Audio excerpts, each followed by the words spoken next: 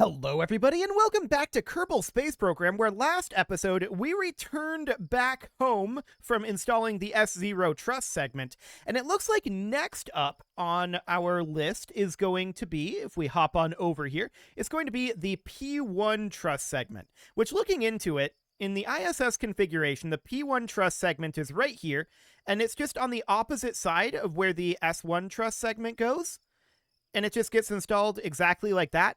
It's functionally, I think, a carbon copy. So we can just, like, flip it over. Or actually, would we need to? Could we just rotate it? Hang on. I need to think about this orientation here. So let's hop over for the moment to the ISS here, because I want to just hop on out here and take a quick look at the orientation. Do we need to mount this differently in the shuttle? That's what we need to figure out. Also, we have a couple of bits that fell off previously that we can just recover. There we go.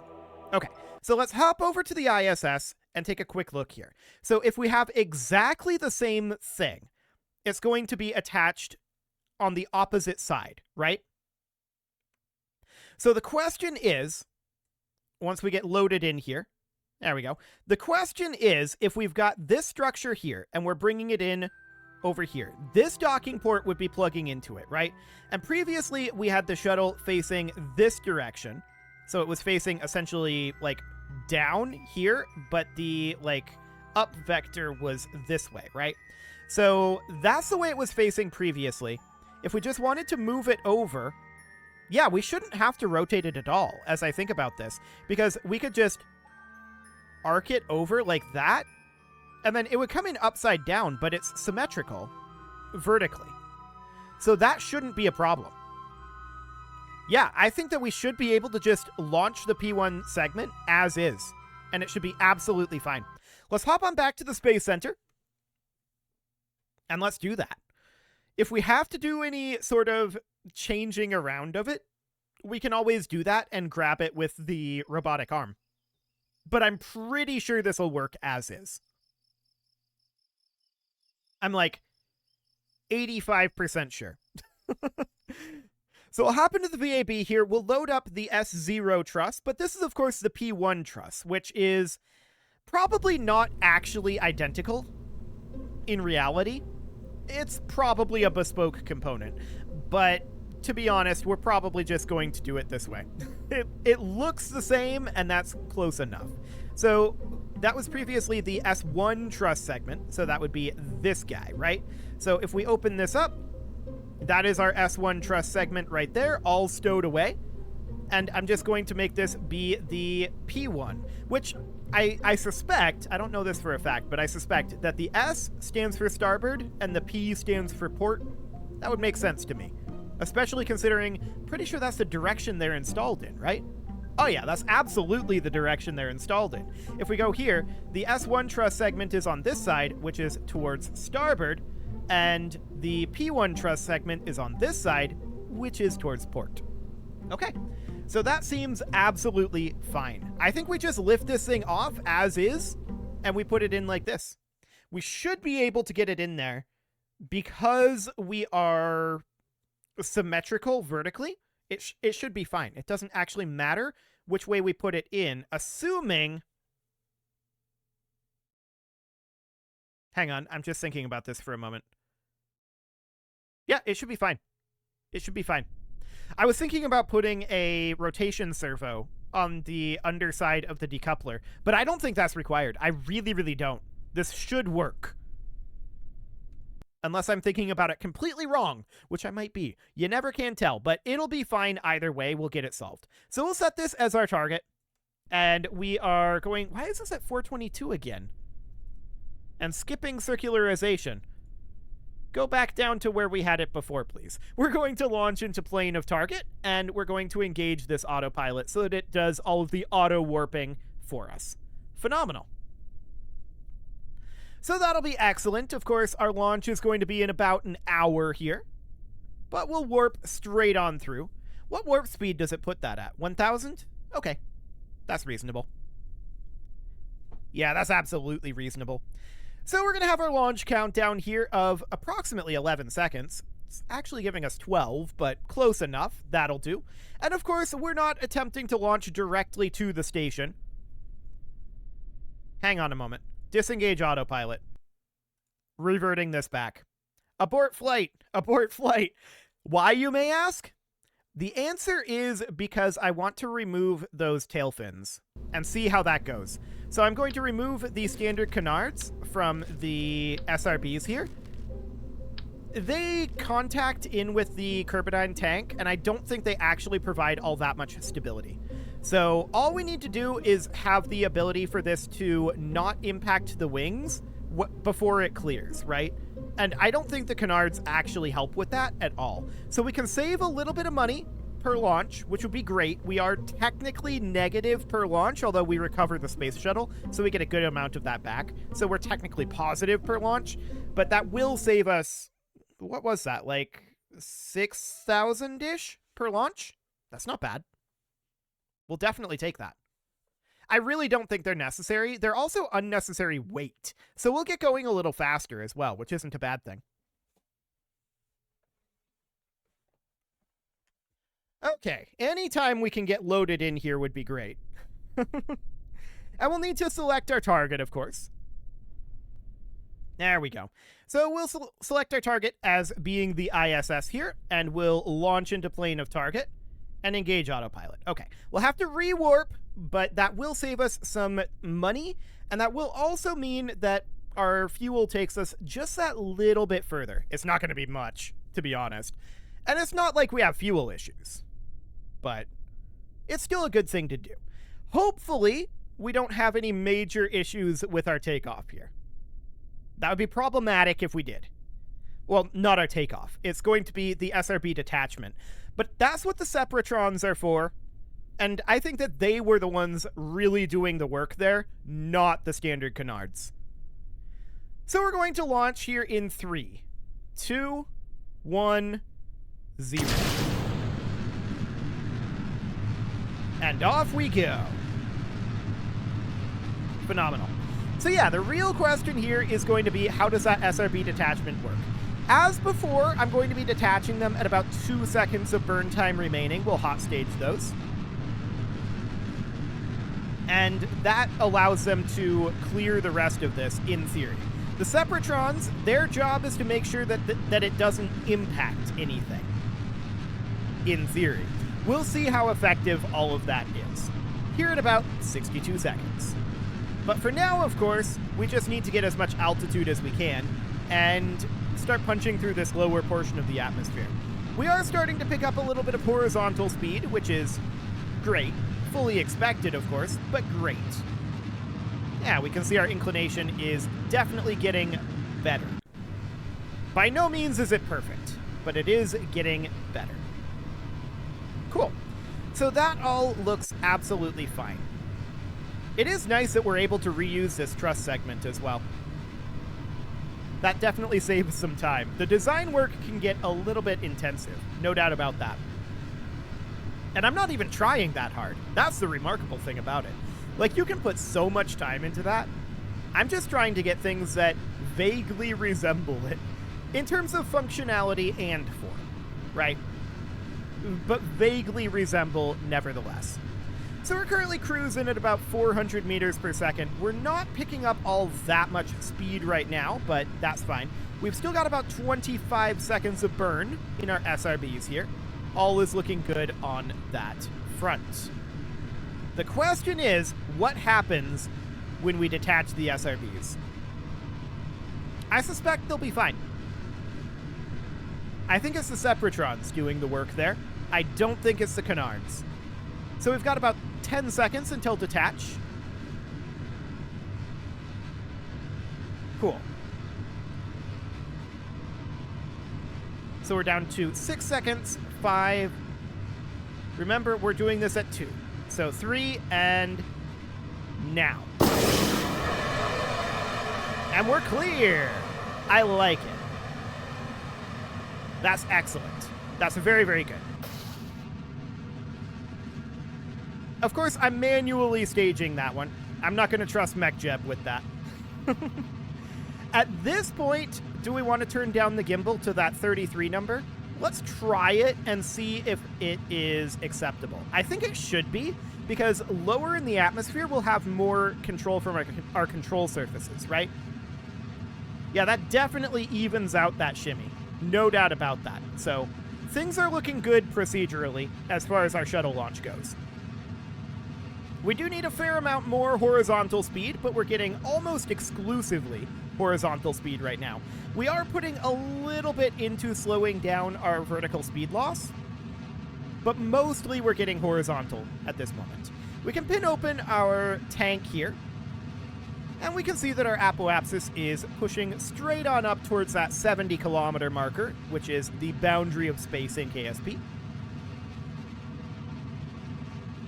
So everything is looking, well, nominal on this launch thus far. Nothing out of the usual, and that's the way we like it. Apoapsis crossing the 70-kilometer boundary now. Phenomenal. And of course, we're going to continue pushing that up to 200. We need to get about another kilometer per second out of our main engines here in order to get ourselves into an actual orbit, but that's absolutely fine. We've got plenty left over. We're not having any fuel issues, and we never do when going to the ISS anyway. If we were trying to take this thing too much further than low orbit, it would be problematic, which is realistic. The space shuttle was not good at that, as in, it physically could not do it.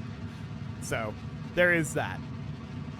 We're 85 kilometers for our apoapsis, and that's really going to start shooting up now. You can see how quickly the time to apoapsis is going up now. 235, 240, 245. Yeah, it's going to be a lot quicker. We're up to 100 kilometers, which is halfway to our apoapsis target, but we're going to get the other half real quick. We're already 10% of the way there, and 20, and 30. Yeah, it's going to be fast. So that's absolutely fine.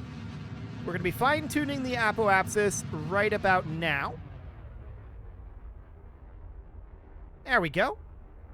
And 20 kilometers. I like it. 20 kilometers? That was 200 kilometers. So now we're, of course, coasting over to our burn here. Or actually, we're orienting for the burn. We could physics warp this, in theory. There we go. We'll take it out of physics warp as we get a little closer. And you can see just how far away we are from this burn by the directionality of the burn. We're going to be way out here, like a quarter of the way around the planet by the time we get there. Excellent. And let's begin that warp, and we'll circularize. Once we're done with this circularization, we're going to ditch the big orange tank. There's a lot of fuel left in that, but we have some significant issues with offset thrust at this point, and we really don't want to have to worry about that. Okay. This is good enough, but actually MechJeb did a really good job with that circularization burn, remarkably. I'm going to disengage the autopilot from here, and we are done. We're going to call that good. That's a really good circularization burn. I like it.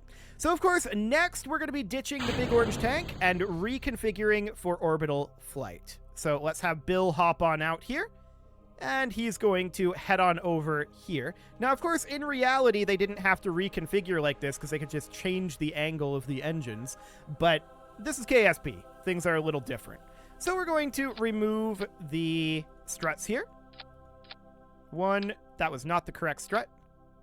This is 3. Come on out of there. There you go. And finally, 4. Cool. And now we'll change our angle. Hang on. Not 14 degrees. I want that at 0 degrees. Thank you very much. Okay. Now we'll strut it back into place just to be safe. Hang on. I'm minimizing the game for no reason whatsoever. I like it. So next we're going to head out over here. There we go. 1, 2, 3, and 4. Okay, we're reconfigured for spaceflight now. And back in we head. So now, of course, we need to get ourselves our... If we can hop in there. Now we need to get ourselves our alignment with the ISS. I'm checking our ascending descending node. Speaking is very complicated this morning, apparently. And we are within half a degree, so that's probably close enough. Let's see how it would go if we were to burn here. Now, this is at the end of this current orbit, right? Okay. This is actually decent. Right about here. Yeah, that's a 30-kilometer separation. We can definitely dial that in a little bit. Okay. Looks like that's probably going to be an inclination issue. Let's see. Which direction would we end up going here? That's actually not all that much of an inclination issue. We can get there with simple corrective burns, though. So I think we need to delay our timing to about here. That's 10 kilometers. We'll call that good enough. That is definitely something that we can get with corrective burn. Okay. So we are going to warp on around as soon as we get into position here. It's also kind of crazy to me that we've run this entire shuttle on battery power, but, I mean, we've never run out of electric charge. Because we have so many batteries built into it. That's why. But we've never run out of electric charge. So that's absolutely phenomenal. 40, 30, 20, 10, and 5, 4, 3, 2, 1, 0, mark. We're going to be overpowered here. I forgot to throttle down the engines. This is good enough, though. So let's get these throttled down to about 10% thrust, which is definitely much more like it for the orbital flight. Of course, this would be a lot better if these were vacuum-optimized engines, but they are not. This is not the way the design works, so that's absolutely fine. We're going to go to kill rot here, and it looks like we lost our target at some point. There we go. So now we're going to go into target mode, and I'm just going to bring us up to around here. We'll warp on up, and we'll take a look at what this is looking like. We can see our relative velocity dropping on down there. It's about 200 meters per second. Now it's only about 100 meters per second. So we probably actually want to be on the prograde side here, rather than the retrograde. Okay, so over here, of course, we're going to be pulling the node. So that means bringing it over here and doing a corrective burn like this. Okay, moving us down a little bit because I can now see the prograde node. Okay, just a little bit more. About here. And that'll do for now. Now we want to flip around to target retrograde because obviously, wow, that's 0.0 kilometers right there. Okay, we might not need to do another corrective burn. We'll see. I want to be in target. Like relative velocity minus. There we go. That'll be the correct direction to go. So that's fine. That was a good corrective burn. We're going to need to brake, and we overshot previously. I don't want to overshoot at 0.0, so we're definitely going to want to brake a little earlier, and I'm going to do that at about 4 kilometers here. It's probably too early. Maybe 3.5. Yeah, we could try 3.5. So there we go. We're now braking. 3 kilometers. We are loading in the station. 2 kilometers away.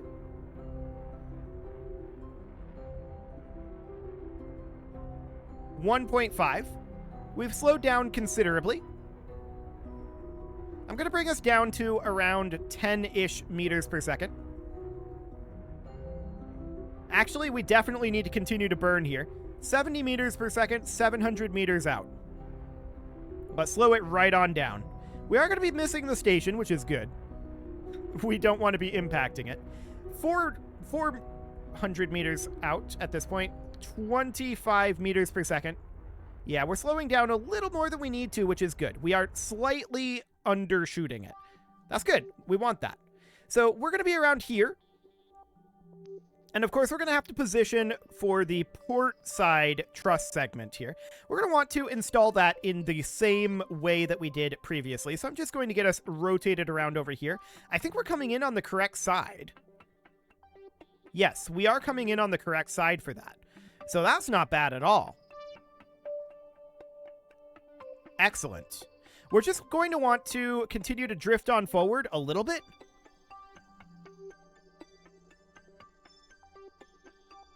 We are going to need to... This is actually really good angling here. We're going to need to go up very slightly, but that's not bad at all. Let's slow this down a little bit more.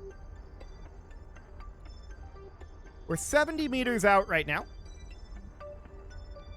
And continuing to slow down ever so slightly here. Okay.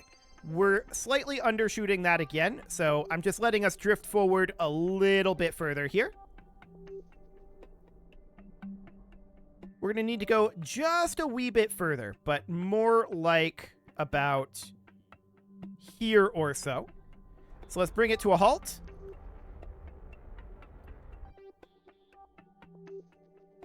Any moment now. There we go. Cool. So, this is our target point right here, which is very convenient. We'll set that as target if we can get that behind the KER. That'll be fine. And we'll open up our cargo bay here. Bill is going to need to EVA, of course, to unstrut this. The performance here is not phenomenal, but it would probably get better after a reload, to be honest. We're going to stow these over here for now. That apparently picked up quite a lot of physics. Okay. That's awkward. But for now, that will definitely do. And we can see this just kind of waving around. That's reasonably expected. So we're going to hop in for now.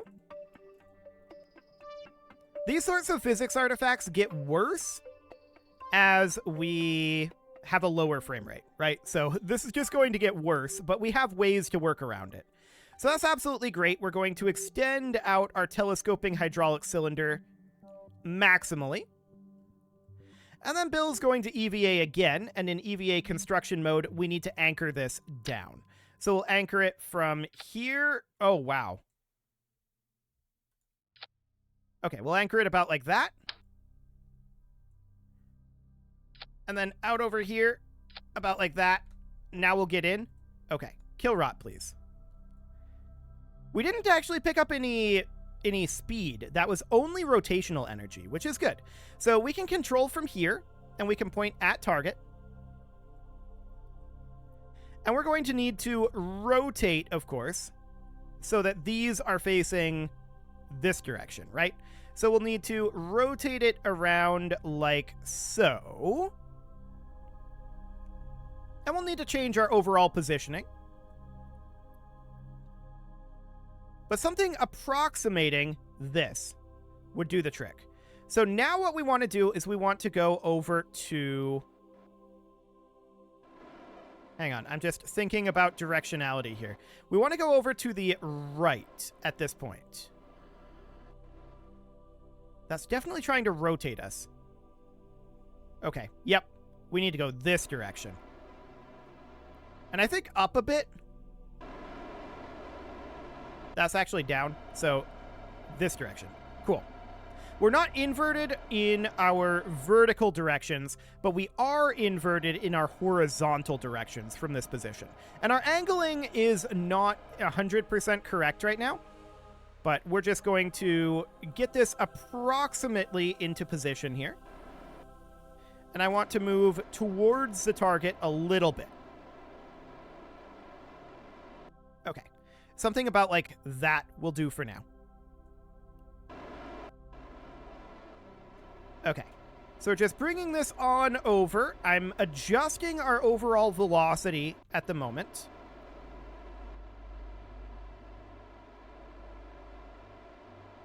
Boy, that is not adjusting quickly. Noted. Absolutely noted. Let's bring that down to a halt, or, well, reduce it anyway.